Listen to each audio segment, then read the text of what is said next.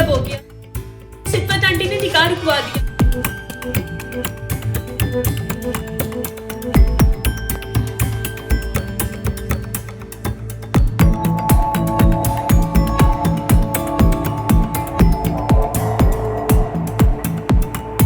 अब जरा ये पूछिए भाभी से, निकाह के पेपर्स के साथ जो पेपर साइन करवाया था वो कहाँ?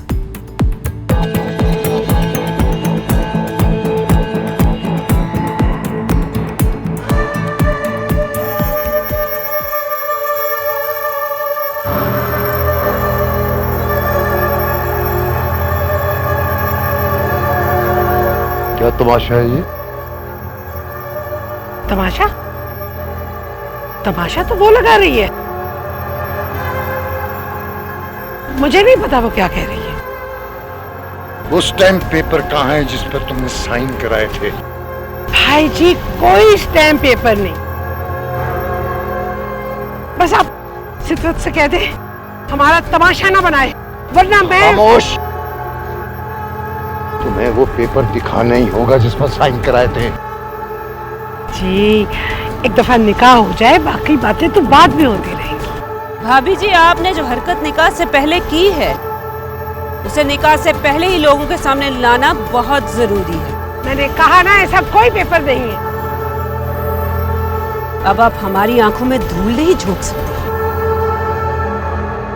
बारात वापस जाएगी।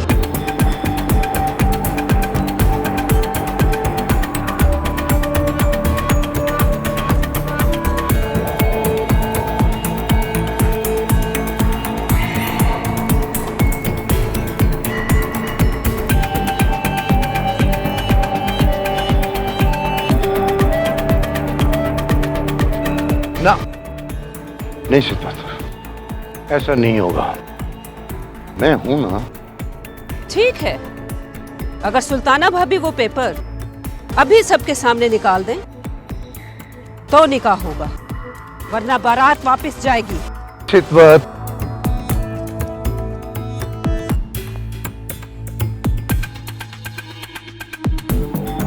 सिद्दत मैं कह रहा हूं अभी निकाह हो लेने दो, बाकी जो कुछ भी हुआ हम हैं ना यहाँ, बाद में देख लेंगे। नहीं भाई जी नहीं, मैं ये नहीं होने दूंगी। इकरार चलो। बस बस भाई जी बस।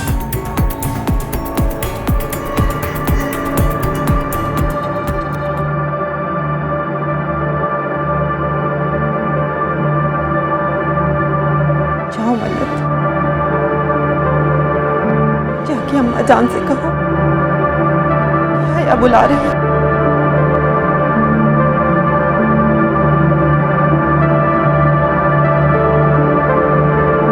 सिद्दत तुम ये बहुत गलत कर रही हो। भाई जी रोकिए इसे। सिद्दत याद रखना तुम मुझ पर एतमाद नहीं करें। मुझे माफ कीजिएगा भाई जी, सूरत हाल नाजुक है।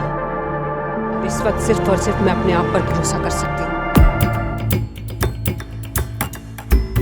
तो मैं क्या कह रही हैं आप? चुप रहो तुम। आंटी आपको भैया बुला रहे हैं।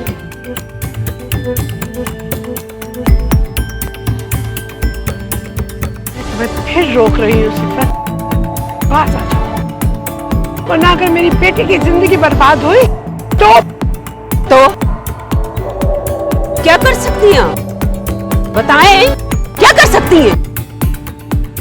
अच्छा मैं क्या कर सकती हूँ,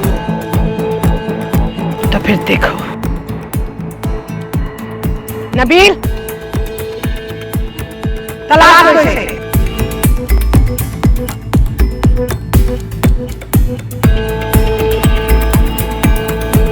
तलाक दो इसे।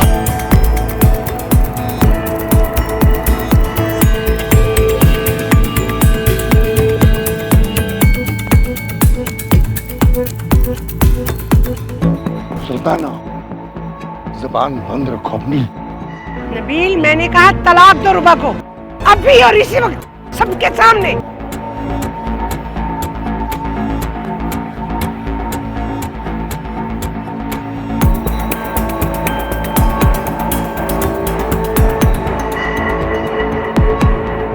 नबील, ऐसी जुर्रत मत करना।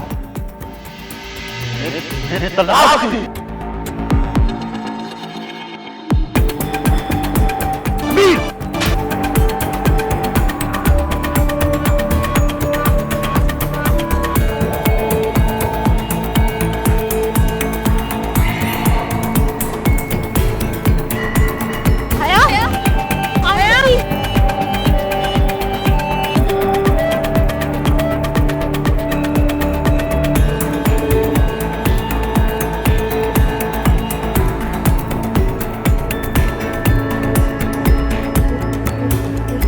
है क्या हुआ? होश करो बेटा। हया, आगे खोलो बेटा। हया, चलो चलो इसे अंदर कमरे में ले चलो। तुम यहाँ खड़ी इसका मुंह क्या देख रही हो? और तुम 3 तलाक के कागज घर भिजवा देना, जो होगा देखा जाएगा। क्या कर रही हैं आप? चुप करो तुम, जो कर रही हो ठीक कर रही हूँ। रितवत, अपने खानदान का तमाशा बना रहे हो तुम लोग। इसके लिए मैं तुम लोगों को कभी माफ नहीं करूंगा।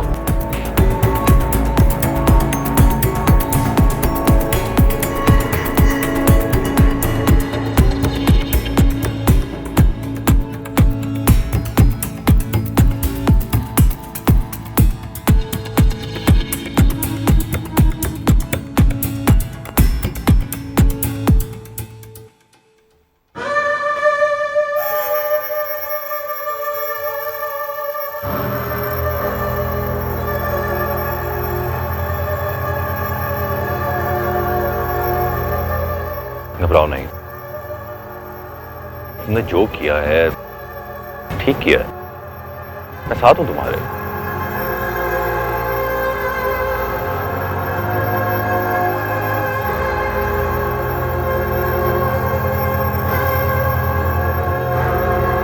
पूरे खानदान के सामने सब कुछ बिखर कर रह गया हमारा।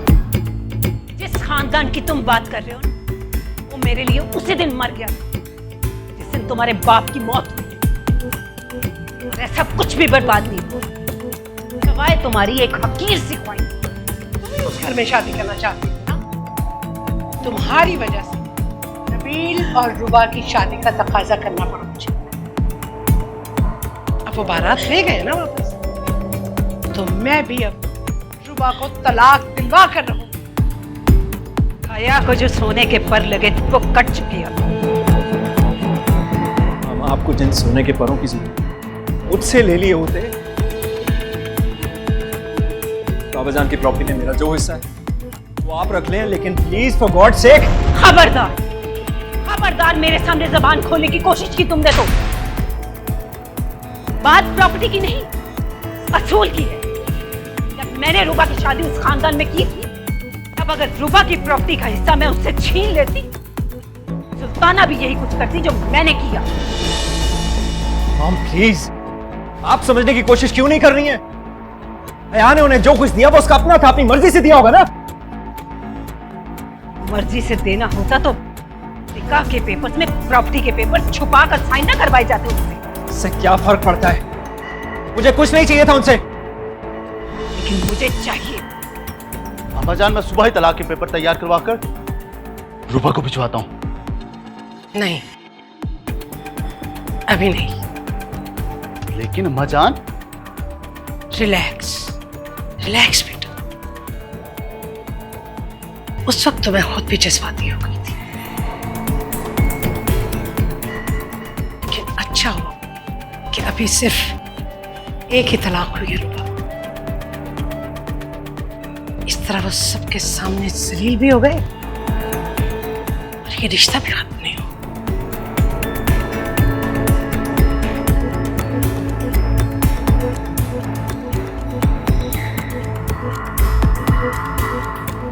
लेकिन मैं कुछ समझा नहीं अम्माजान। फैमिली पॉलिटिक्स बेटा, फैमिली पॉलिटिक्स।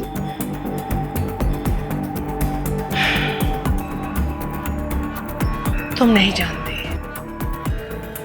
कि अभी हमें भाई साहब के सामने जवाबदेह होना है। वहां मैं ये बोलकर सच साबित कर सकती हूँ कि ये सब कुछ मुझे नाजुक सूरत हाल की वजह से करना पड़ा।